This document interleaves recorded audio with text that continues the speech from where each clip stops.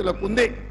ఇదే కాదు 2014 ప్రధానమంత్రిగా పోటీలో ఉన్నప్పుడు చెప్పిండు, చాలా మంది నాయకులు లక్షలాది కోట్ల రూపాయలు సంపాదించి స్విస్ బ్యాంకులో పెట్టిండ్రు. ప్రధానమంత్రి అయిన మరుక్షణం లక్షలాది కోట్ల రూపాయలు స్విస్ బ్యాంకులో నుంచి తెచ్చి ప్రతి పేదవాడి ఖాతాలో 15 లక్షల రూపాయలు వేస్తా అని మాట ఇచ్చాడు. నేను అడుగుతున్న వరంగల్ మిత్రులను, మీ ఖాతాలో ఎవరికైనా నరేంద్ర మోడీ 15 లక్షల రూపాయలు వేసిండా? వేసిండా? వేసిండా? మీకెవరికి రాలే కదా. మన రాష్ట్రంలో ఏ ఒక్కరికి రాలే.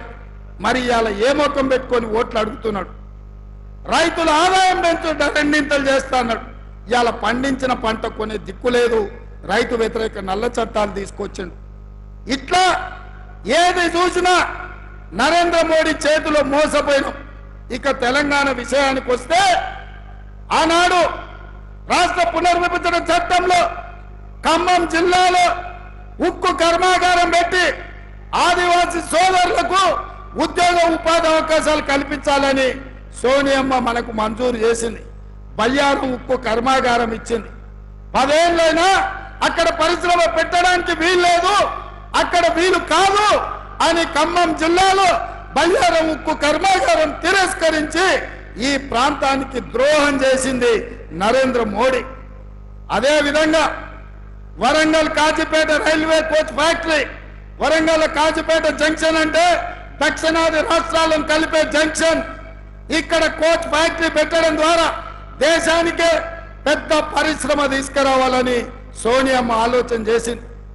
మన తెలంగాణకు, మన కాజీపేటకు రైల్వే కోచ్ ఫ్యాక్టరీ సోనియమ్మ మన్మోహన్ సింగ్ ఇచ్చారు.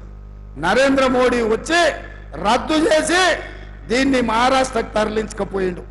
మనకి ఇవ్వాల్సిన రైల్వే కోచ్ ఫ్యాక్టరీ మహారాష్ట్రకు లాతూర్కు తరలించకపోయిండు. నేను అడుగుతున్నా, IIIT కానీ ITIR కారిడార్ కానీ ఈ రోజు మనకి ఇవ్వాల్సింది ఇవ్వలే. NTPC ద్వారా 4000 మెగావాట్ల విద్యుత్ ఉత్పత్తి సంస్థల్ని నిర్మాణం చేయలే. గిరిజన యూనివర్సిటీ కొట్లాడంగా నిన్నగాక మొన్న మంజూరు చేసిండు. ఇట్లా చెప్పుకుంటూ పోతే నరేంద్ర మోడీ చేసిన ద్రోహం అంతా ఇంత కాదు. అదే కాదు మిత్రులారా, ఆనాడు కాంగ్రెస్ అధికారంలో ఉన్నప్పుడు పెట్రోల్ 55 రూపాయలు ఉండే, ఇవాళ 110 రూపాయలు చేసిండు. ఆయల్లో డీజిల్ 50 రూపాయలు ఉండే, ఇవాళ 100 రూపాయలు చేసిండు. ఆయల్లో మా అక్కలకు సిలిండర్ 400 ఉండే, ఇవాళ 1200 చేసిండు. ఇంకా ఏ మిగిలిందా మా దగ్గర దోసుకోవడానికి?